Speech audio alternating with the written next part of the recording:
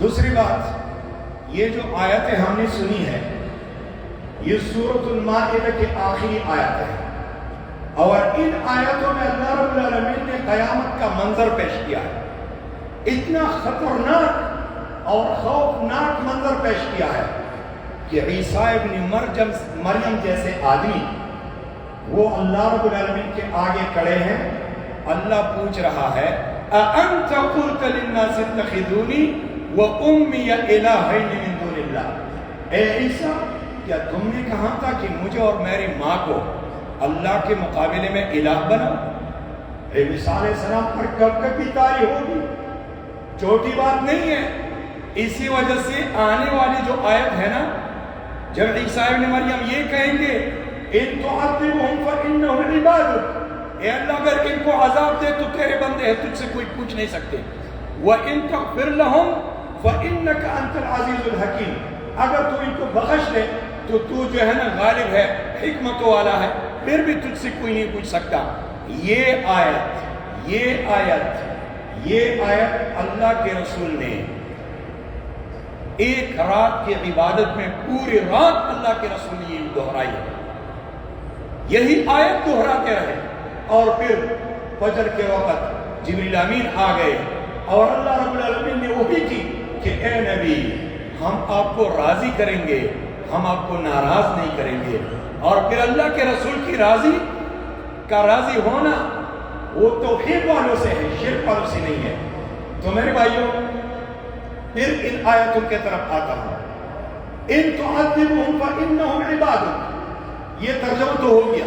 اس سے پہلے عیسیٰ ابن مریم کی وہ بات کہ وہ اللہ رب العالمین سے عرض کریں گے کہ اے اللہ ما قلت لهم الا ما امرتنی به، میں نے ان کو وہ بات کی ہے جس کا تو نے مجھے حکم دیا تھا، ان اعبدوا اللہ ربی وربکم، کہ اس رب کی بندگی کرو جو میرا اور تمہارا رب ہے۔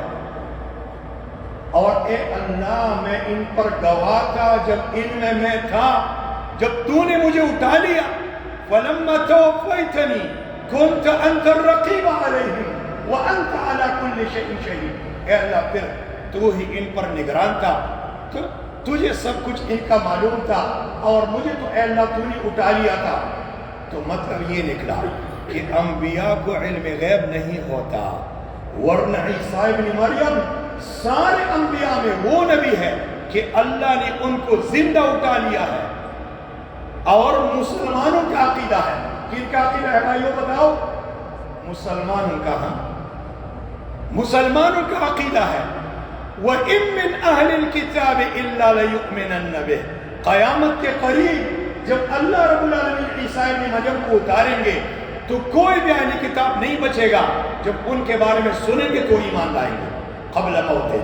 وَيَوْمَ الْقِيَامَةِ يَكُونُ عَلَيْهِمْ شَهِيدًا، پھر قیامت کے دن ان پر گواہ بھی ہوں گے۔ تو عیسیٰ ابن مریم زندہ ہے، اللہ نے زندہ اٹھا لیا، اور پھر بھی ان کو پتہ نہیں ہے، تو جن انبیاء پر اللہ نے موت طاری کی ہے ان کو کیسے پتہ ہے؟ سنو پھر سنو، جو لوگ یہ کہتے ہیں کہ آپ جب اللہ کے رسول کے روضہ مبارکہ پر حاضری دو تو میں ملتان سے ہوں، میں فیصل آباد سے ہوں، میں پشاور سے ہوں، اور اپنا نام لے کے کہ اللہ کے رسول پر میرا سلام کہنا، گویا کہ تم ابو بکر سے زیادہ محبت کرنے والے ہو رسول اللہ سے، گویا کہ تم صحابہ سے زیادہ محبت کرنے والے ہو۔ ایسا عقیدہ رکھنے والا مشرک ہے، وہ اللہ کے رسول کے بارے میں یہ عقیدہ رکھتا ہے کہ اللہ کے رسول کو پتہ ہے، اللہ کے رسول کو فیصل آباد کی حالت معلوم ہے، اللہ کے رسول کو لاہور کے لوگ معلوم ہے، اللہ کے رسول کو یو پی اتر پردیش کے لوگ معلوم ہے، اللہ کے رسول کو ڈھاکہ اور چٹاگان کے لوگ معلوم ہے، اسی لیے تو سلام بھیجتے ہیں۔ بھائیو سلام بھیجنے کے بارے میں اتنی بات ہے کہ اللہ کے رسول پر سلام پڑھتے رہو، درود پڑھتے رہو، تمہارے درود اللہ کے رسول پر پیش کیے جاتے ہیں۔ لیکن یاد رکھو، قبر پرس، قبر پرس، علی حجویری کو داتا گنج کہنے والوں کے درود کو اللہ اپنے نبی پر نہیں پیش کرتا، ان کا تو رجسٹریشن نہیں ہوا ہے، ان کا تو اندراج نہیں ہوا ہے، وہ تو اس سویے کے لوگ ہیں جیسے کہ کوئی آدمی کمپنی میں کام کرے لیکن اس کا نام اس کمپنی کے رجسٹر میں نہ ہو، مہینہ ختم ہو جانے کے بعد اس کو کچھ بھی نہ ملے، یہ ایسے لوگ ہیں، یاد رکھو۔ تو میرے بھائیوں، اللہ کے رسول پر درود پیش کیے جاتے ہیں، کن کے؟ جن کے عقائد کتاب و سنت کے ہیں، بس۔ چونکہ چنانچہ ولیکن قیل و قال والوں کے عقائد، جو برباد عقائد کے حامل لوگ ہیں، ان کے درود اللہ رب العالمین اپنے نبی پر نہیں پیش کرتا۔